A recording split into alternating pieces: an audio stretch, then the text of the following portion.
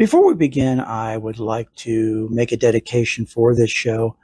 Those of you who have been longtime listeners know I have mentioned my dear and old friend Art many times on previous shows. Art passed away on this day in 2005 from a massive heart attack at the very young age of 35, and he is greatly missed. And although I know his energy is still around and still feel him around, the physical presence, as you all know, when you have a loved one that's passed, we miss that physical because being human is very physical. You know, if not 99% physical, at least that's how we're conditioned to be. So anyway, I would like to dedicate today's show, the last episode in the Mother Irene series, to my dear friend Art.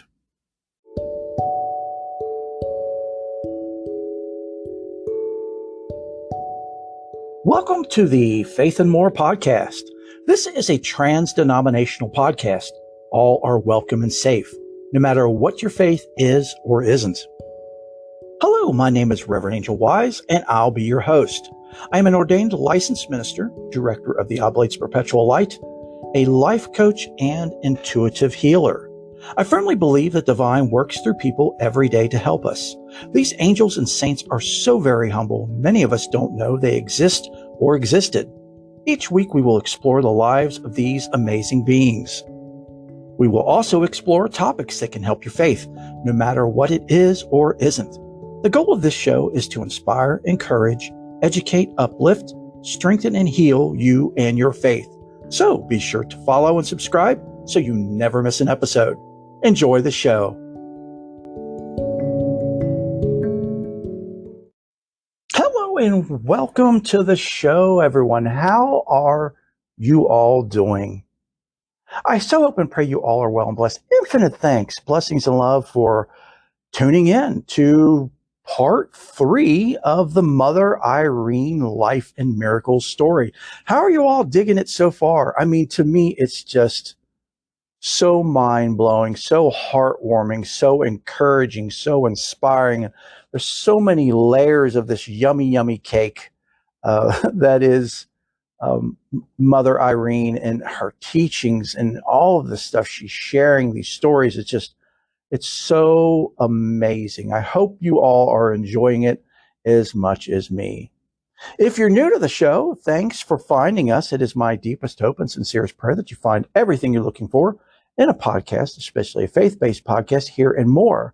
Again, as I just said, what we're sharing today is part 3 of the Mother Irene story. So you may want to go back and listen to the first 2 previous episodes, parts, so you are up to speed on everything that we're going through here, because it's a very progressive story that takes us from her birth through where we're at now. So check that out. And if you're returning, infinite thanks, blessings, and love for always being such a diehard, strong, supportive, and loving member of our show. It is because of you that this show is here.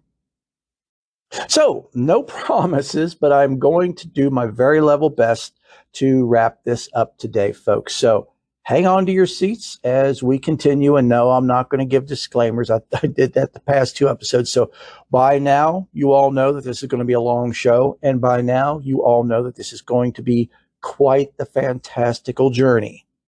So, we continue. Seeking to divest herself of earthly affections, the newly consecrated nun, Irene, exercised virtues that she incessantly nourished by fervent prayer. Every evening upon returning to herself, she practiced careful self-examination and through prayer sought consolation. She knew that prayer is the channel of all graces and the means of attaining all virtues. To urge us to attain the virtues of endurance, humility, and love towards one another, she shared with us the following experience that shows the importance of spiritual vigilance and sincere self-examination.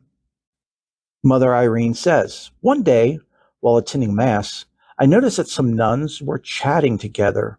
all the time about manual work. I was surprised.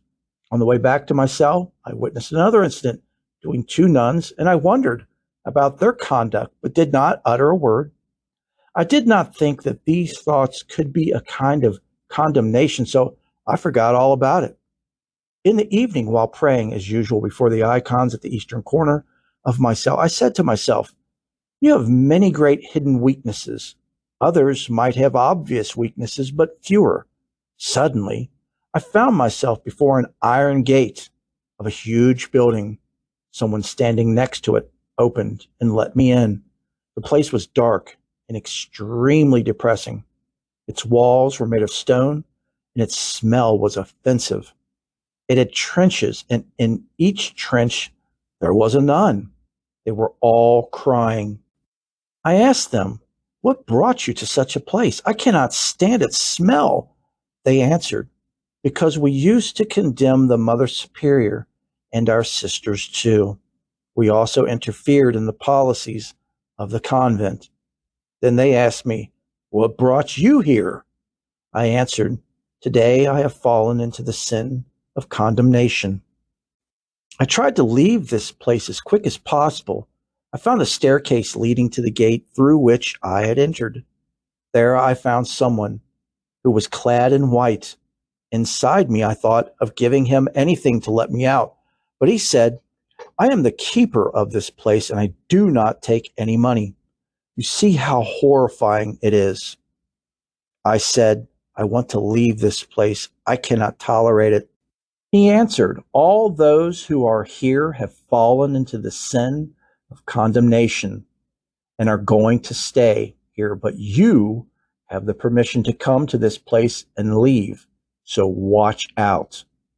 I said, "I have repented and will never condemn again. I want to leave." He let me out and showed me two paths, one narrow with stone walls and through which I must move sideways and bruise either my face or my back. The other was very wide, full of cars, people, and dazzling lights. He said, "At the end of the narrow path, you will find your convent, but if you take the wide one, you will get lost."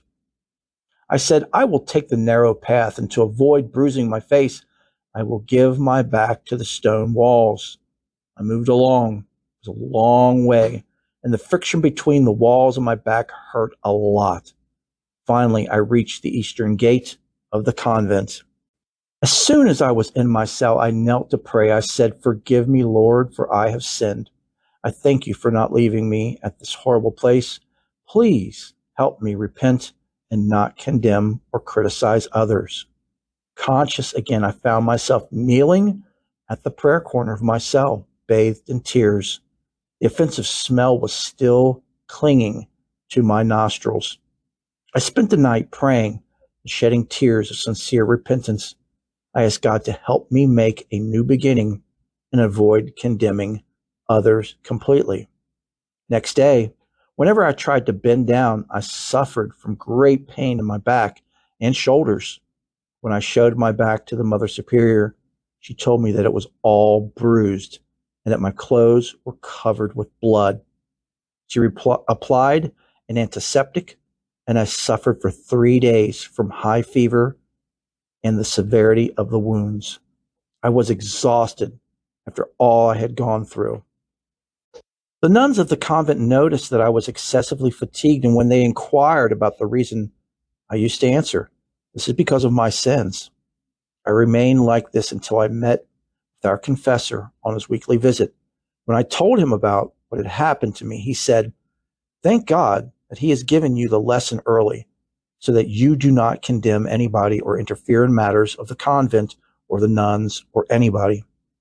I followed his advice and plugged my ears with small cotton balls so that I do not hear anything that is going on between the Mother Superior and any nun. I lived in complete estrangement from my cell to my work and vice versa. I have firmly decided that whatever takes place, I will act as if I am not in the convent at all. And although I love the Mother Superior and she loved me too, but whenever she started to tell me, "Irene, haven't you heard?" I used to answer right away, "I have not heard, and I do not want to know." She used to comprehend my reasons for saying so, and she was never angry with me. Whenever I was asked to convey a message to the Mother Superior, I put it simply. If anybody entered her cell to place a complaint or report something, I looked for any pretext to excuse myself, taking the water jug to fill it or doing some washing. I did not want to hear anything to avoid condemnation. So you can take condemnation, you can take that word and it translates to judgment. How quick are we to judge others? You know, as you all have heard so much on this show of my journey, again, I'm not making this about me, just sharing. On my journey to holy orders, to priesthood, I'm coming across quite a bit of judging and judgment and things of that nature. And life is full of that. People are judging us all of the time, and we are judging others all of the time. And we see here with this an amazing example by Mother Irene of the importance of not judging others. You know, this is, if you're Christian, this is one of the highest commandments that Jesus said. You know, don't judge others. Love others as you love yourself. And in others, we're supposed to see Christ in everyone and everything. So if we're judging others, we're actually judging Christ. I know that is kind of very hard for our minds to wrap around, but it's true. So when you're pointing at someone saying they're a pagan, they're a sinner, they're going to hell, what are you doing? You're pointing at Christ, saying you're a sinner, you're a pagan, you're going to hell. We have to be so very careful and choose our words wisely. They have to come from the heart, not the head. We have to be accepting. We have to be inclusive. We have to promote unity instead of separation. Or better yet, segregation. They can't come to my church because they're Jews. They can't come to my church because they're Muslims. I don't have anything to do with them because they're Protestant. I don't have anything to do with them because they're Roman Catholic. I definitely don't have anything to do with them because they're witches. Witches worship the devil. You know, how can they worship the devil when they don't believe in the devil? So they don't do any devilish practices. That's our ignorance. But you guys get the point, is that Mother Irene here is showing us the importance of keeping focused on our salvation, keeping focused on love, keeping focused on doing good, aka being like Jesus, being like Christ, walking as Christ, walking as Jesus, walking as Buddha, walking as whatever you believe, doing that good, sharing that love, helping and not harming. In June 1956, 3 years after I had joined the convent, I received the news that my mother had passed away. She had not visited me all this time. Only my father visited me whenever he came to Cairo for business. When I received the news, I recalled my mother's words before I joined the convent. Stay with me. It will be only 3 years from now, and I will depart to heaven. At that time, I answered her, may God extend your life for the sake of your children. It is better that I join the convent while you are still living. In obedience to the orders of Pope Kyrillos VI and the Mother Superior, I traveled with Omina Kira Eskander to offer condolences to the family. We took the train at 4 p.m. from Cairo station, heading to Gurga, before reaching Asuit station, which is midway between Cairo and Gurga. We were informed that there was a derailed train there. We had to get off our train and take another, which was waiting a little bit far from where we were. Everybody rushed to find a seat in the other train. It was pitch dark, and of course we had no matches or flashlights. We prayed, asking for God's help. We waited until the rush was over, and as our train was far from the station and there was no platform, we will have to jump from the high carriage to the ground. Suddenly, an officer whose face radiated peace, tranquility, and great spirituality appeared in front of us. kindly addressed us, saying, "Do not be afraid, mothers. God is with you." We answered, "May God be with us and with you." He addressed me, saying, "Give me your hand to help you get off the train." I refused, thanked him, and jumped. Then he addressed Omina Kira and said, "Give me your hand." She answered, "No thanks," and she took my hand and jumped. We noticed that a ray of light radiated from this officer. It looked like a torchlight whose beam lit the distant rails.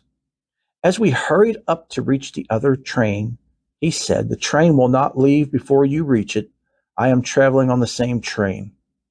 When we reached the train, we found that all of its carriages were crowded. In one of them, a few soldiers were sitting. As soon as they saw the officer, they stood up, gave him a salute. He then told them, "Isn't it shameful that you sit and leave those nuns standing?" They answered, "As you order," and we got seated and thanked them. The officer sat beside us and asked us about our destination. We said that Irene's mother had passed away, and this is why we were traveling to Gurga. He said, "I am traveling to Gurga too." He chatted with us all the way, and just before we arrived, we asked him for his name and where he lives. He answered, "Is it essential that you know my name?" We said, we and our families would like to thank you." He smiled and said, "I am living in the convent of Saint Mercurius. I am Philopater Mercurius." And he disappeared. All those who were present, and the soldiers too, were astonished. Then Omina Kyria said, "May God forgive you, Irene. Why did you not let him hold my hand? I would have taken his blessing." All of the passengers started asking about the officer who had disappeared, and when they knew that it was Saint Philopater Mercurius, they asked about the story of his life. This shows how God answers our prayers whenever we are in need by sending his martyrs and saints to aid us. He does not abandon us, but instead gives us peace, strength, endurance, and a great reward in heaven too. And because he is the lover of mankind, merciful and kind, he attracts sinners for the sake of the salvation of their souls. He sympathizes with us. We have nobody else but him. Nothing gives us happiness and comfort except for the love of God. When we reached my parents' house, those who were present there told me, "You are the reason for your mother's death." I used to say, "God, am I the cause of my brothers and sisters being orphans?" While Irene prayed and wept bitterly, someone with a luminous body, who looked like a saint, appeared to her and repeated the verse, "Do not grieve like others." Yet she was neither filled with comfort nor peace. When she asked him who he was, he said he was Anthony the Great. To test if this vision is heavenly or not, she said, "Where is the cross of your Christ?" and made the sign of the cross. At once he disappeared, which showed that this vision was not heavenly. The darkness cannot support the sign of the cross, and his false vision do not bring any comfort or peace. Irene spent 1 year at her parents' house, during which she had seen her mother in visions innumerable times. Once her mother told her, "Do not think at all that you are the reason for my passing away." Her mother also helped her overcome all the difficulties that she had encountered. And again, what has happened during this year showed that heaven is so near and confirmed our faith about paradise, which God has prepared for those who love him, and as a reward to the saints who lived in perfection, leading a life that pleased the Almighty. Irene tells us about one of her sisters who was not consoled, who cried bitterly after their mother's departure. Her mother brought her holy water, and after she drank it, she woke up happy and stopped crying. And whenever one of her sisters fell sick, she saw her mother sitting by her side all night, taking care of her and praying for her. Another time, when cold was severe and the cover fell off her small brothers and sisters, her mother put it back on its place. One of them woke up and said, I dreamt that Mother put a cover on me.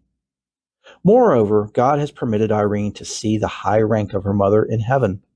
One day I was taken to heaven by an angel, and I saw what eye has not seen. I cannot describe what I have seen because it is far beyond words. I saw my mother with another woman like me, or excuse me, like her. She addressed the other woman saying, "This is my daughter, the nun, whom I have told you about." I accompanied my mother in the greenery of paradise. I saw rivers of crystal water and very beautiful flowers and a light that fills the heart with heavenly peace. I asked my mother if they see God in paradise. She answered, "Yes, he fills all paradise." After matters became stable, Irene returned to her convent again. From the very first days after she had joined the convent, heaven manifested many signs of support for this trustworthy soul that was chosen to lead the lives of many others in the path of the angelic life. Irene led a sincere and honest spiritual life. She revealed all her inner thoughts to her confessor and the Mother Superior and was obedient to them and was committed to their spiritual advice and was distinguished in the practice of ascetic life. She nurtured herself with holy books and the writings of the lives of the saints. This was a well of heavenly treasures, this well of heavenly treasures from which she obtained her strength. God granted her a special grace to comprehend what she read and to keep it in her heart, preparing her for carrying the torch of leadership. So Mother Irene tells us more about those first days. Omina Ufrosina, an old nun at the time, was a slave in Ethiopian origin in the household of the physician's family who treated her equally. Since she joined the convent, she took on the hardest jobs without pitying herself. She used to say, "I worked hard outside the convent. Shouldn't I work harder in the house of God? I must serve all." And although she has become older, she still remained a hard worker and always asked for God's assistance. She worked all day and prayed all night and abstained from meat, vegetables, and fruits, and only ate halva, which is a sweet, and molasses all year round.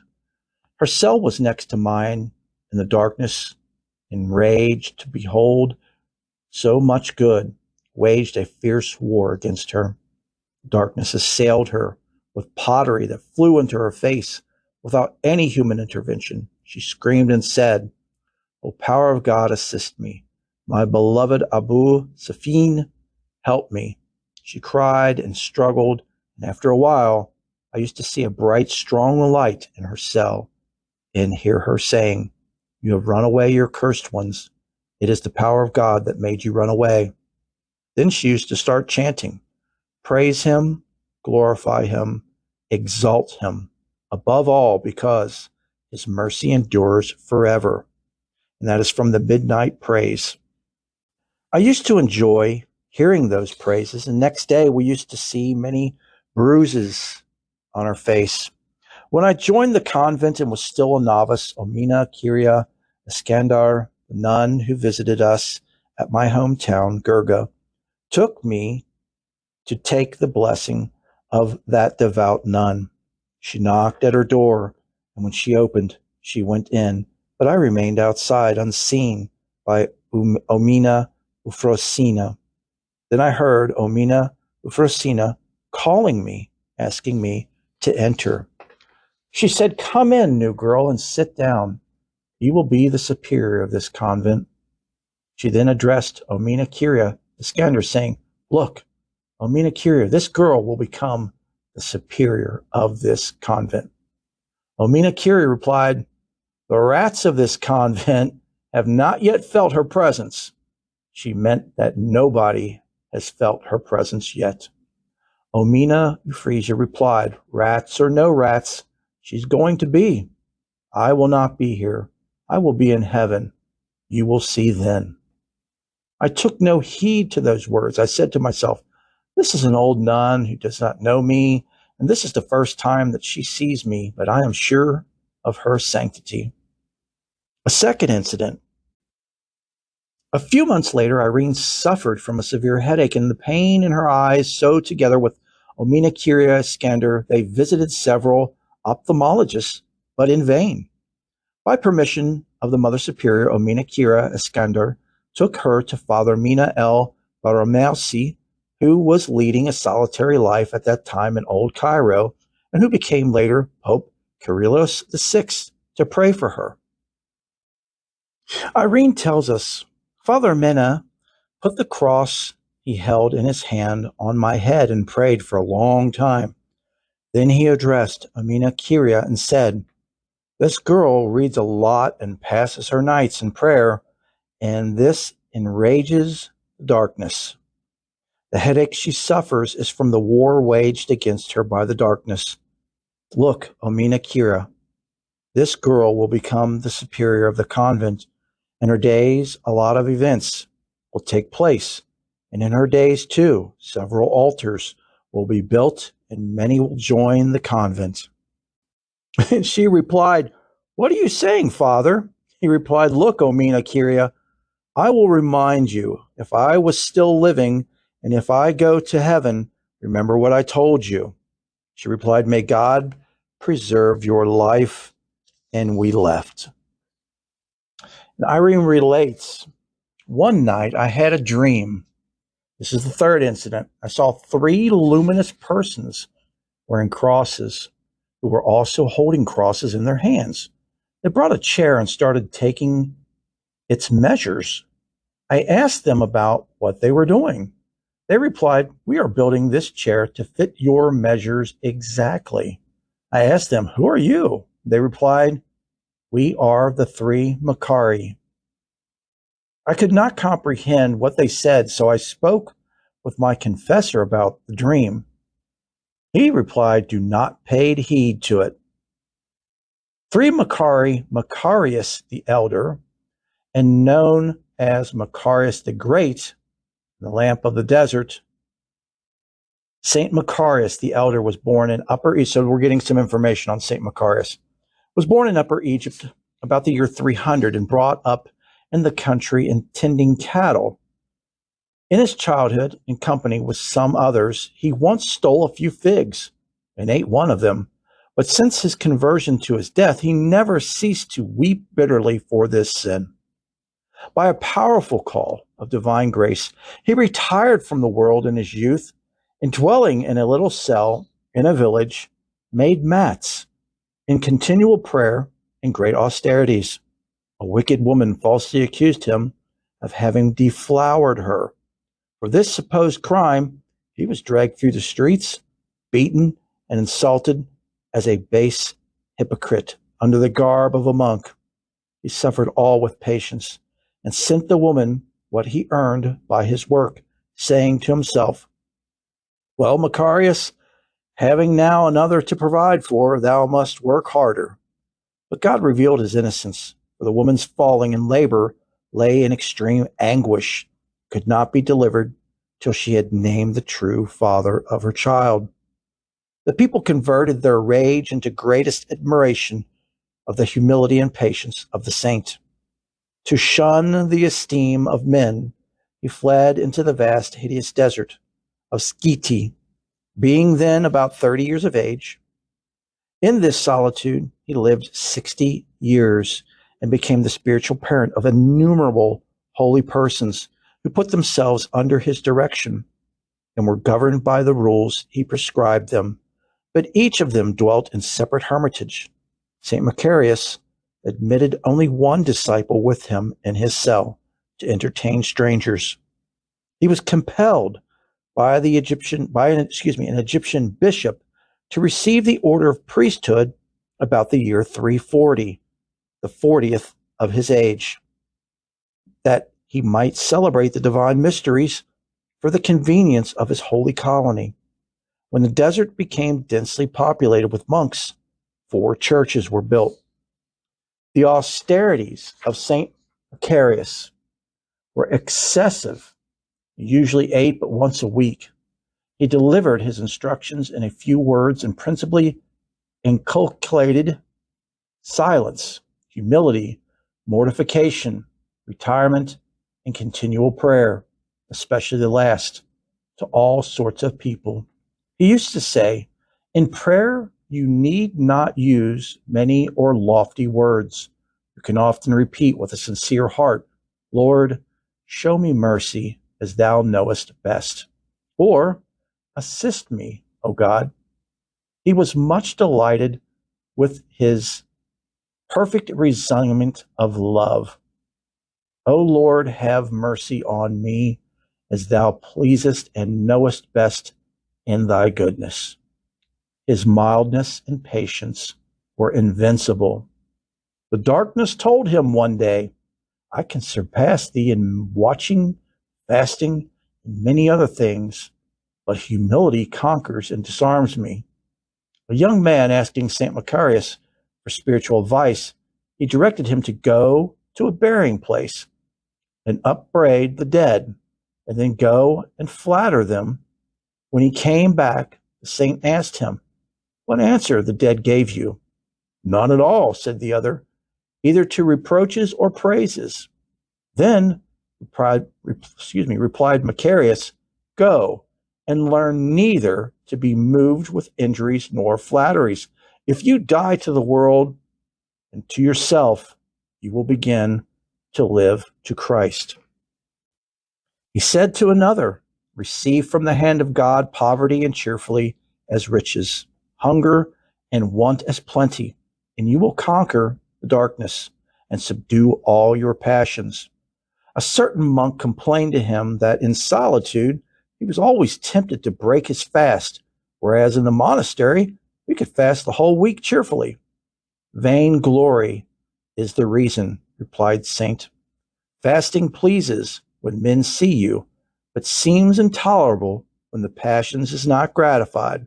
So he's pointing out the ego, because he received, glances and looks and comments and praises for fasting in a monastery with other people, he could do it easily because it fed his ego. But when he's by himself, it was very difficult. One came to consult him who had molested with temptations to impurity. The saint, examining into the source, found it to be sloth, and advised him never to eat before sunset, to meditate fervently at his work, and to labor vigorously without sloth the whole day. The other faithfully complied and was freed from his enemy. God revealed to St. Macarius that he had not attained the degree of perfection of two married women who lived in a certain town. He made him visit them and learn the means by which they sanctified themselves. They were extremely careful never to speak any idle or rash words. They lived in constant practice of humility, patience, meekness, charity, resignation, mortification of their own will, and conformity to the humors of their husbands and others. Where the divine law did not interpose, in a spirit of recollection, they sanctified all their actions by ardent prayers, by which they strove to praise God and most fervently to consecrate to the divine glory all the powers of their soul and body. A subtle heretic of the sect of Heresites, called so from Hierax, who in the reign of the Diocletian denied the resurrection of the dead, had by his sophisms caused some to stagger in their faith. St. Macarius, to confirm them in the truth, raised a dead man to life, as Socrates, Sozomen, Palladius, and Rufinus relate. Lucius, the Arian usurper of the See of Alexandria, who had expelled Peter, the successor of St. Athanasius in 376, sent troops into the desert to disperse a zealous monks, several of whom sealed their faith with their blood. The chiefs, namely the two Macariuses, Isidore, Pombo, and some others, by the authority of the Emperor Valens, were banished into a little isle of Egypt, surrounded with great marshes. The inhabitants, who were pagans, were all converted to the faith by the confessors. The public indignation of the whole empire obliged Lucius to return to their cells. Our saint, knowing that his end drew near, made a visit to the monks of Nitria and exhorted them to compunction and tears so pathetically that they all fell weeping at his feet. Let us weep, brethren, he said, and let our eyes pour forth floods of tears before we go hence, lest we fall into that place where tears will only increase the flames in which we shall burn. He went to receive the reward of his labors in the year 390, and of his age the 90th year, after spending 60 years in the desert of Siti.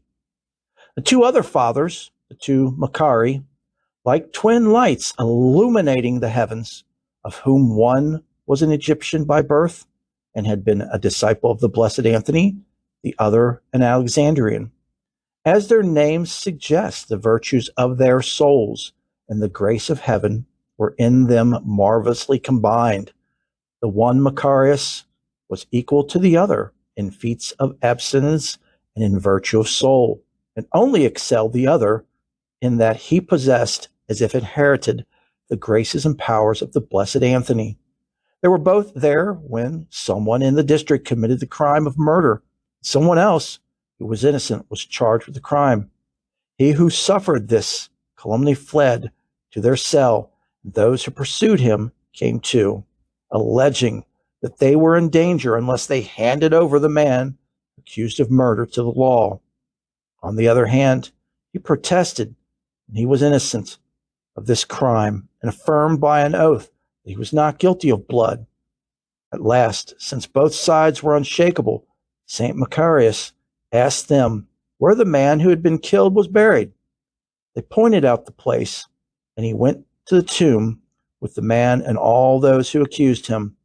There he knelt down and called upon the name of Christ and said to those who stood nearby, "Now the Lord will show if indeed the man is guilty whom you accuse." Raising his voice, he called the dead man by name, and who was called replied, "The grave." Macarius said to him, "By the grace of Christ, I ask you to say, this man who is accused here is the one who killed you." Then he replied in a clear voice from the grave, saying that this was not the man by whom he was killed. Stupefied, they all fell to the ground, and they begged him, groveling at his feet, to ask the dead man who had killed him. This he said, "I will not ask. It is enough for me to have set the innocent free. It is not up to me to discover the guilty." So there we have the three Macariuses and St. Macarius More's story.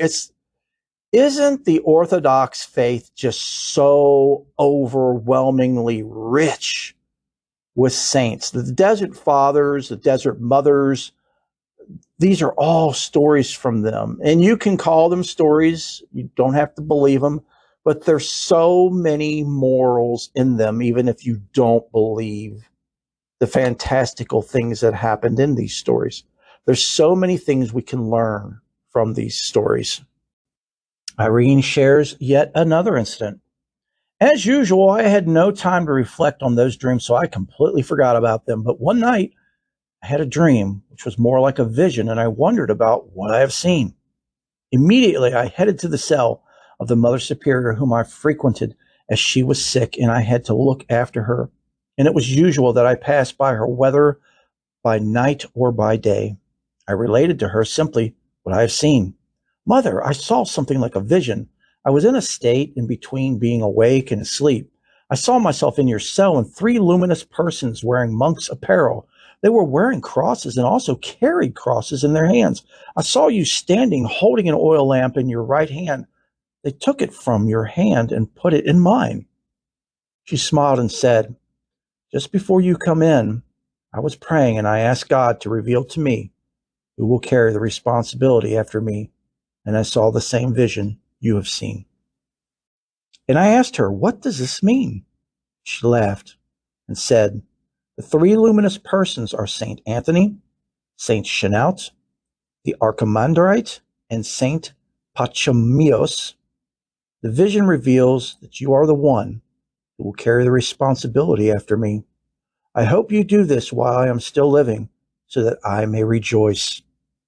I said, "Does this mean that you love me?" She replied, I love you very much. I said, this does not mean that you love me. She asked, why? I replied, you are living in great agony. She said, yes, I am. So I told her, why then do you want me to live in agony? She replied, it is for the sake of the convent. So if you didn't quite catch that, what Mother Irene has picked up is that, being the abbess of the convent, the Mother Superior, is a very daunting job. It's a very thankless job. It's a very lonely job. It causes a lot of agony. I mean, those of you who are managers in your jobs, your day jobs or night jobs like me, know that when you're responsible for other people, that's a great responsibility. And if it should not ever be taken lightly. And in this situation, definitely, here a Mother Superior is in charge of literally the spiritual lives of others. And if they don't do the correct thing, that can damn their soul so bad. We heard about this with Saint Faustina. Remember, she saw a nun in purgatory that was suffering, and she prayed and prayed and prayed for her until the nun moved on to heaven. We see that it is such a weight, such a, I don't want to say burden, but it is, as they said, agony. And it should never be taken lightly. And that's why, Mother Irene was like, why, if you're in so much agony as a Mother Superior, why would you ever want me to do that? And, as the Mother Superior knew, Mother Irene was the absolute best person for the job.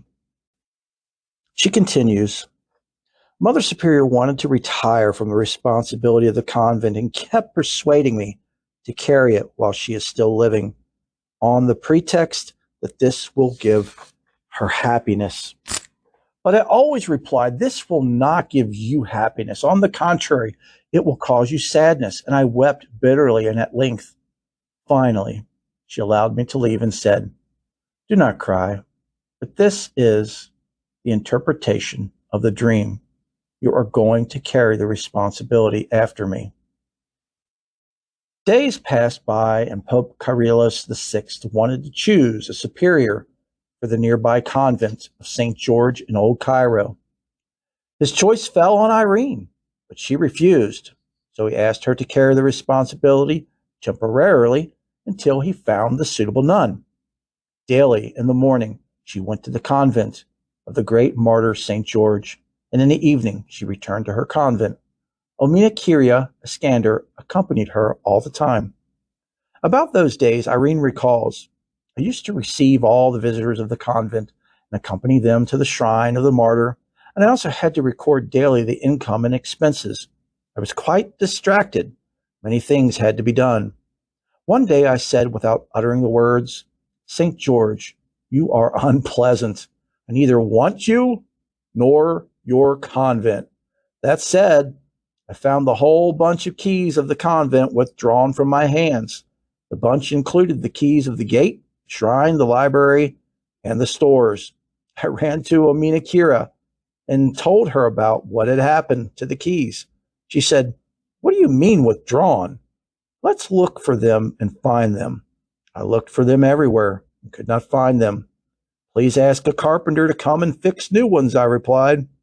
But it was already too late to find a carpenter, so she gently addressed me, saying, Irene, confess what has happened between you and the martyr St. George.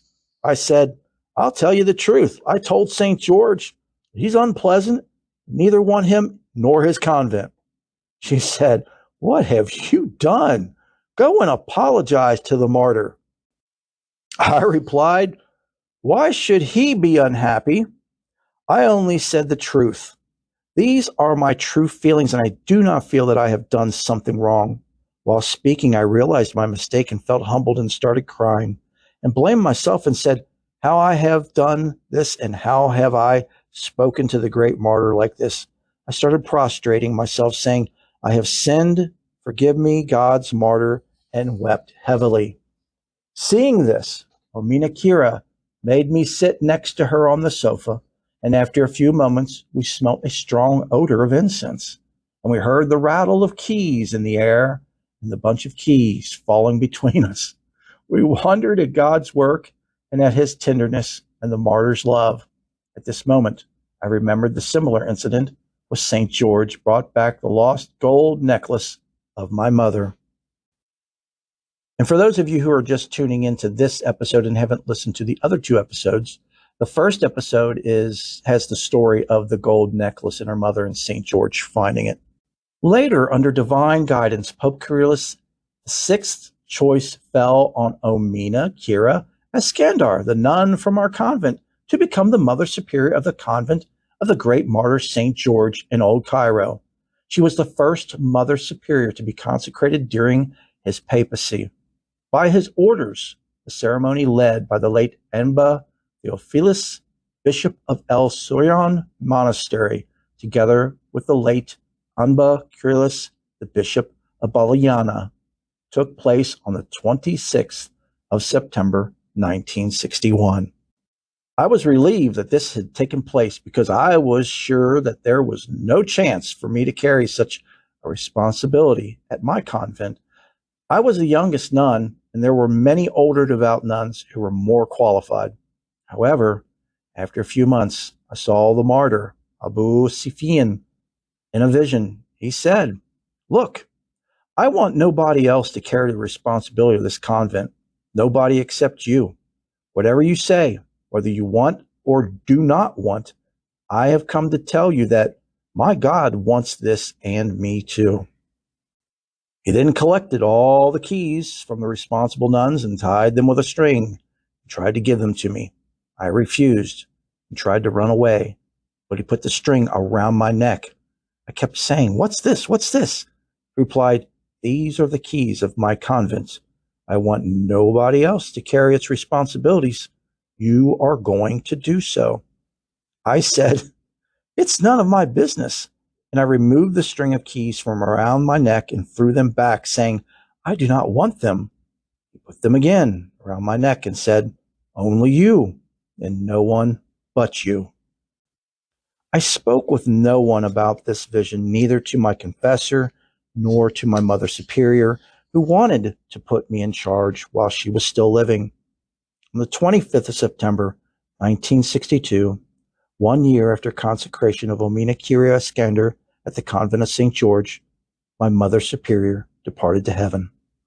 Next day, after the prayer ceremony for the departed soul, Enba Kyrillos, Bishop of Baliana, handed me a letter from the Pope informing me that I was the one chosen to be in charge of the convent.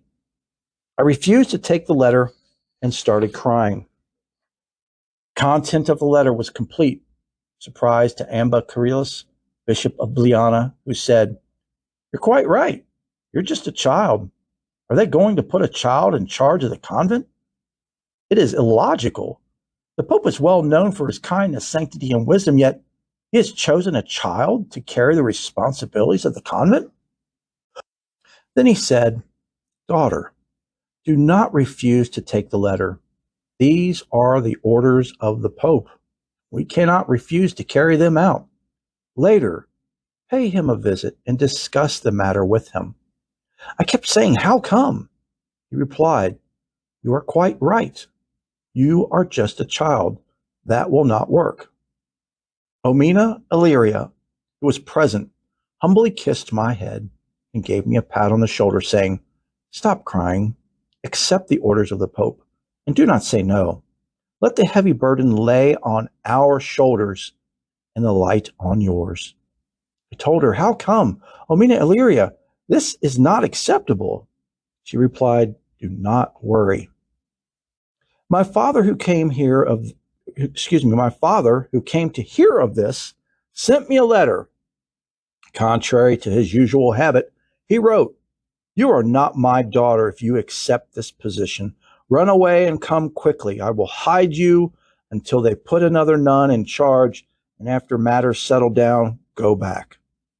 I was unable to repress my tears until I visited Pope Kyrillos VI. I told him, 'Your Excellency, I am not suitable. You do not know me. You have not even taken my confessions. You have met me only once and prayed for me when I was suffering from a headache. He asked me, then who is suitable? I replied, Omina Ilaria. She is a devout nun. She is old and wise. Moreover, she is the second in charge after Mother Superior, and at the moment she is carrying some of the responsibilities. All the nuns recommend her. There are many others too, like Omina Phoebe, for example. He replied, that's true. How has this passed me? I have completely forgotten about Omina Illyria. All right, keep this as a secret between us. Do not tell anyone. Omina Illyria is the right choice. She's the one all the nuns recommend. Do not upset yourself. Do not tell any of the nuns about this. One day, I will drop by the convent without notice, and I will consecrate her Mother Superior. I wholeheartedly thanked him and left. I believe with my whole heart that the Pope had told me, and it never passed through my mind that he is just calming me down. I did not know that Omina Kyria Skander, the Mother Superior of St. George, had told him that I had the intention of running away, and this is why he had to resort to such a plan. Upon my return to the convent, the nuns were surprised to find me calm and happy and wondered how this had happened. I told them that the Pope has prayed for me, but did not tell anyone what he told me. Early on Monday, October 15th, her month again, October of 1962, after midnight praises have ended in the old church of Abu Sifin that lies now outside the convent, and before the nuns returned to their cells, suddenly Father Wollis El Baramasi, later Amba Macarius, Bishop of Kina, the confessor of the convent, showed up. He informed us that the Pope is coming to celebrate Mass now. Amba Macarius asked me, "Did you drink it? Did you drink anything?" I replied, "We have not finished our prayers yet. Our monastic rule requires that we do not eat or drink anything before we finish the prayers of the 9th hour." He then said, "That's good, so that you can receive communion during Mass." I asked him to excuse me to go to my cell and wash my face and wear the appropriate garments for Mass. He replied, "Let the nuns bring them for you." That reply aroused my suspicions. I said, "I hope that there is nothing else behind this." He replied, "What could there be? There's nothing else." I replied, "How could you do this to me in a strange manner?" Surprised, he said, "You have not uttered such words when you speak with the nuns, and now you speak with your confessor in this manner?" I replied, "I am helpless. I have been deceived." At this moment, I started to realize what was going on and started to cry. He then ordered the nuns to bring me my garments, and holding me by the hand, he led me back towards the church. The nuns pushed me as if they were leading me a lamb to slaughter. The more they pushed, the more I cried, "Oh, bless her heart." The nuns were all around me. It looked like a funeral, and I was the deceased. Oh, my goodness. When Anba Yunus, Bishop of Khartoum, Sudan, who was attending the prayers upon a special invitation from the Pope, saw the scene, he cried too. Amba Kyrillis, Bishop of Balyana, gave me no chance to utter a word. He started celebrating Mass. That day, the Pope sent the wine and the Eucharist bread from the Patriarchate. Moreover, he also sent his personal schema for me to wear. It was an awesome Mass. So a schema, for those of you who aren't aware, is like part of his vestments. So he sent that to her to wear because I guess he could not be there personally. It was an awesome Mass. The Bible verses of the day were the ones read during the consecration of popes. It was about the Good Shepherd. It read, "Verily, verily, I say unto you, he that entereth not by the door into the sheepfold, but climbeth up some other way, the same is a thief and a robber. But he that entereth in by the door is the shepherd of the sheep. To him the porter openeth, and the sheep hear his voice, and he calleth his own sheep by name, and leadeth them out. I cried bitterly and asked God for his assistance, his mercy, and his guidance. Later, when I visited the Pope, I kindly reproached him and said, "What am I to do now? I have worn the schema, and according to its rules, I must recite the Psalms twice daily, and the praises too, and also perform up to 700 prostrations daily. How can I organize myself between the rules of wearing the schema and my work and duties?" He said, "While you are moving around, recite the Psalms and say your prayers." And I said, "You see what you have done to me?" He replied, "I have fervently prayed and found that this is God's will, and I could do anything except comply with it." And that, my dear brothers and sisters, is where this article ends.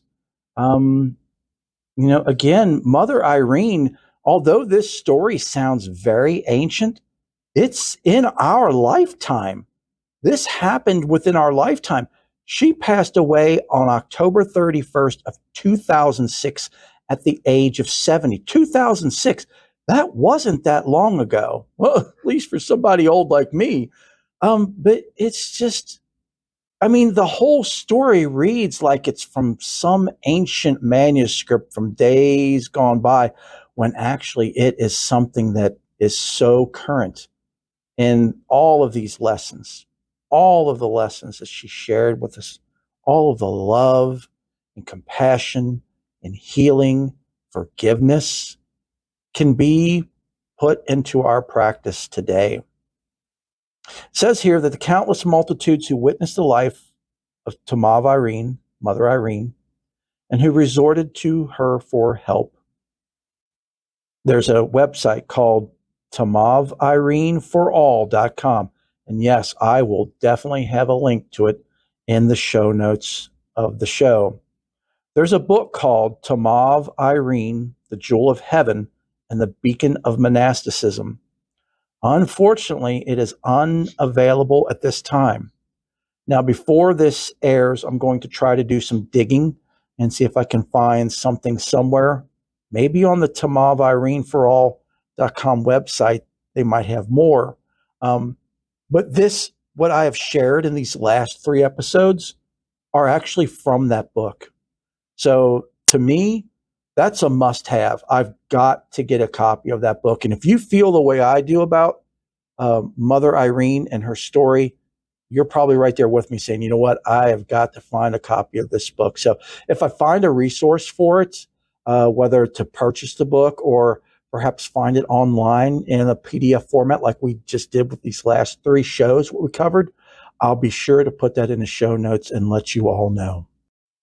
Just a quick update, folks. I was able to go to the Tamav Irene for All website, and wow, it is packed with pictures. There's PDF books, online books on there. Unfortunately, there's only a few in English. There are a few more in German, and the rest are in Arabic or Coptic.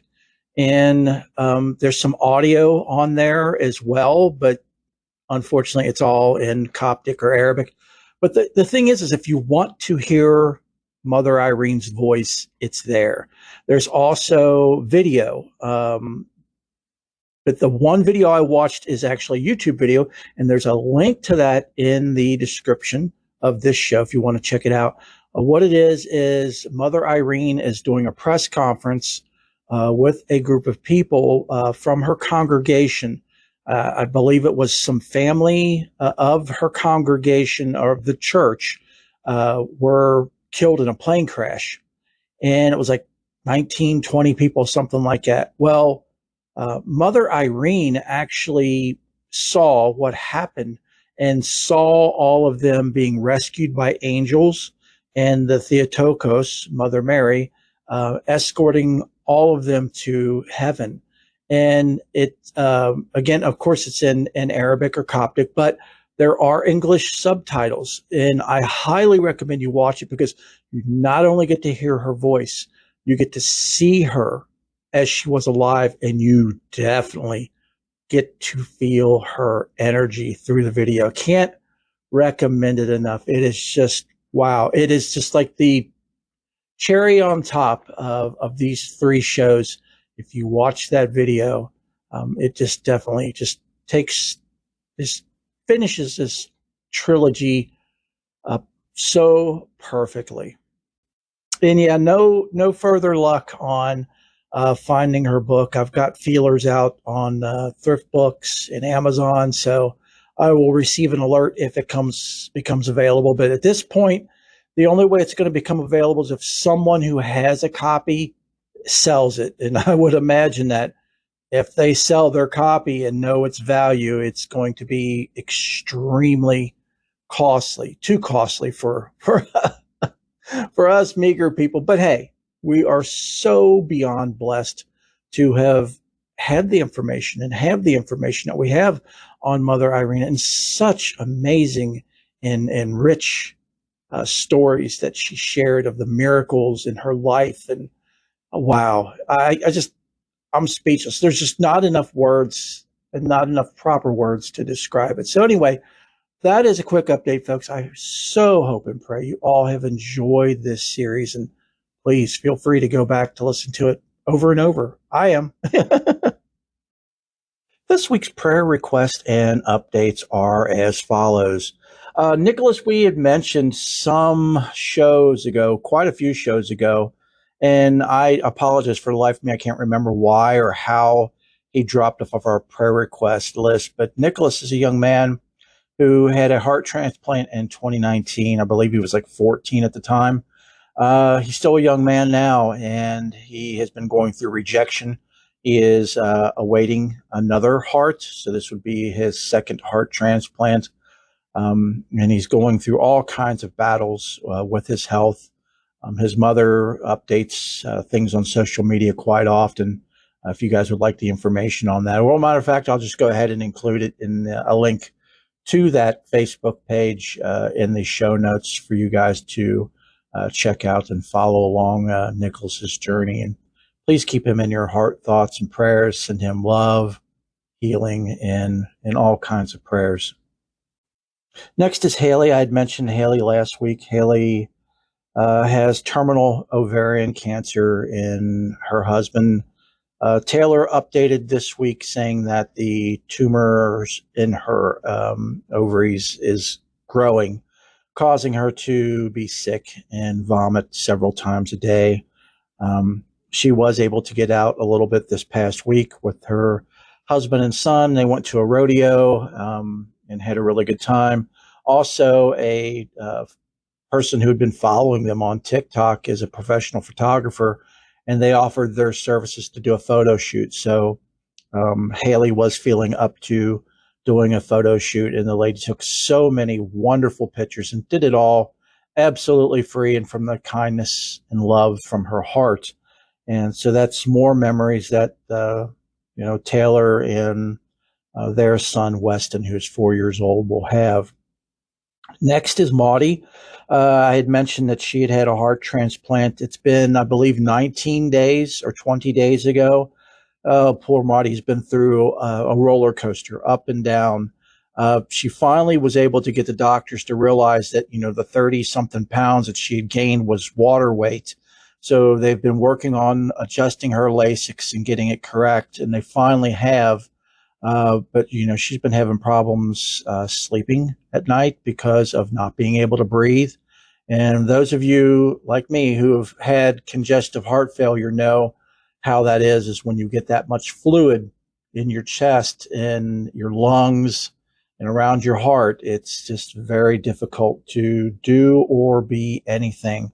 But she hasn't posted any updates in a couple days, and that's not like her. So let us please keep Maudie in our heart, thoughts, and prayers. Send her all the love and healing energy that we can. And Haley and Maudie I'll have links like I did last week in the show notes and description where you can find them on TikTok and follow along with them. Next is Elaine. She was able to go to her cardiologist this past week and find out why she's on so many medications that she doesn't need to be on anymore. And he took her off those medications. And she has reported that she is feeling 100% better. She has to go back every 6 weeks, I believe she said, just for a checkup to make sure everything's going good with that adjustment to not being on those medications that she'd been on for years. So let us please keep her and her husband Bob in our heart, thoughts, and prayers. Lana is again having issues with the wound that's on her foot.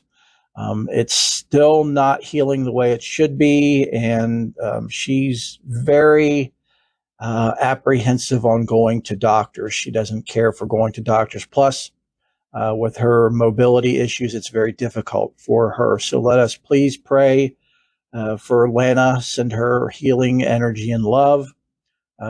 General prayers and requests for health and well-being for Megan, Molly, Gwen, Octavia, Clyde, Mike S. I was able to communicate with him this week, and he reported that he is doing well. It's just that he's still on that one medication that just really messes with your head, and he's got a little bit longer to go on that, and then it will be reduced. It's one of those that they have to slowly taper off. Next is Tony, Kathy, Michael T. Father Mike is still in need of our prayers. He is still having a lot of health issues that aren't resolved and that his doctors just can't resolve. So he's in a queue waiting for another doctor or for his doctor to connect him with another doctor, and so on and so forth. Next is his husband, Eddie. Please keep him in your heart, thoughts, and prayers.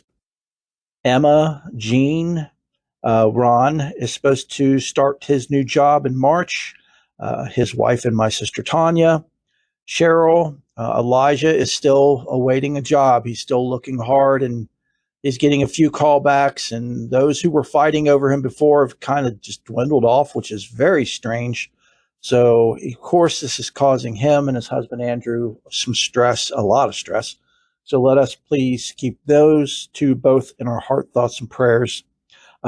Received some great update on Reverend Donald Lewis. As a matter of fact, he posted on YouTube a video, and I had mentioned Reverend Donald Lewis last time, if not the time before. He had a massive heart attack and was very close to death, but he's completely pulled out of that nosedive. He's home. He still has some recovering to do, but he said he's feeling well, and he is going to be sharing his experiences going through that. So I will have a link in the show notes and description for any of you who want to check out Reverend Donald Lewis. And last but certainly not least is Stephanie, who is Haven's sister, whose husband Ray recently passed away. Please keep Stephanie and her children and grandchildren in your heart, thoughts, and prayers as they adjust to life without Ray being there physically. And for those of you listening who know Ray or knew Ray, know that he was an entity all in and of himself, and he was definitely a character, and he could liven a room, really, to say the least. So anyway, let us please keep them in our heart, thoughts, and prayers. Okay, so I actually have two short prayers or two short statements to share. So let us pray. In nomine Divi, Filii, Spiritus Sancti. Prayer rising in a person's heart will open the doors of heaven. And that was from Saint Ephraim the Syrian. This is another one from him as well. There is no possession more precious than prayer in the whole human life. Never be parted from it. Amen to that. So for those of you who are interested in receiving some healing, I'm going to send you some healing here in just a couple seconds if you want to keep listening. So what we want to do is we want to take 3 deep, slow, cleansing breaths. So we want to breathe in, hold it for a second or two, and breathe out through the mouth, in through the nose, out through the mouth. Second breath, Inhale. And hold. And exhale through the mouth. And inhale through the nose.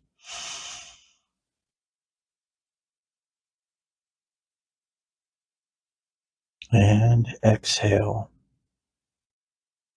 Now I'm going to be quiet. I'm just going to send you all healing energy. Just relax.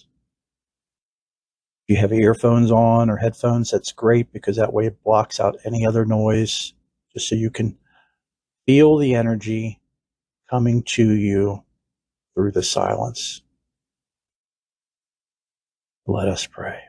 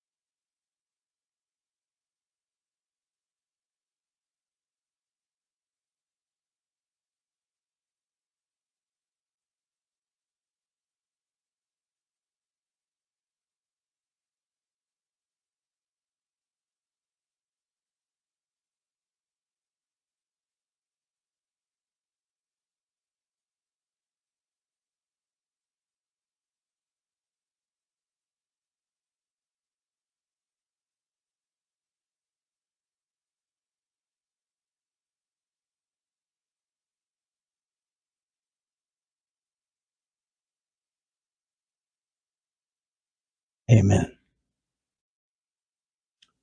So it was only a minute long, but I hope it helps you. Feel free to play it back, listen as often as you want, and feel that healing energy in the silence. And if you would like healing, if you're in need of prayers, information's coming up here in just a moment on how you can contact me.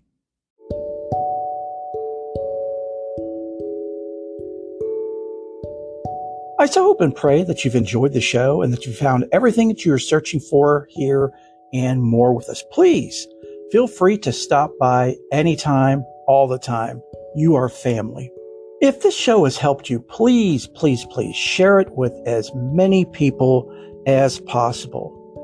Also, subscribe, rate, and review the show on whatever format you listen to. That helps move the show up in those formats, so when someone does a general search, they're more likely to find the show. And if the show has really helped you and you have the means, please consider making an offering. Offerings are a great way to help sustain and improve the show, as well as the Faith and More ministry. Offerings can be made through the Cash App. The show's cash tag is $Faith and More, or you can find us at cash.app/$Faith and More. And don't forget about our YouTube channel. It's a fun place, folks. You can watch videos of weekly Ask Angel questions where people write me and ask me questions and I respond on YouTube. You can also watch me do bi-weekly sermons and homilies. Also, audio of our shows are uploaded to YouTube where you can listen, and much, much more. Just go to youtube.com/@Faith and More podcast. Next is prayers. I love to pray, and our Faith and More family love to pray. So let us pray for you. There are two ways to do this. The first is to email me directly at faithandmorepodcast@gmail.com. The second way is through our website. There is a form at the bottom of the website, and the website address is faithandmorepodcast.wixsite.com/my-site. And there are always links to all of these in the show notes for and description for each show.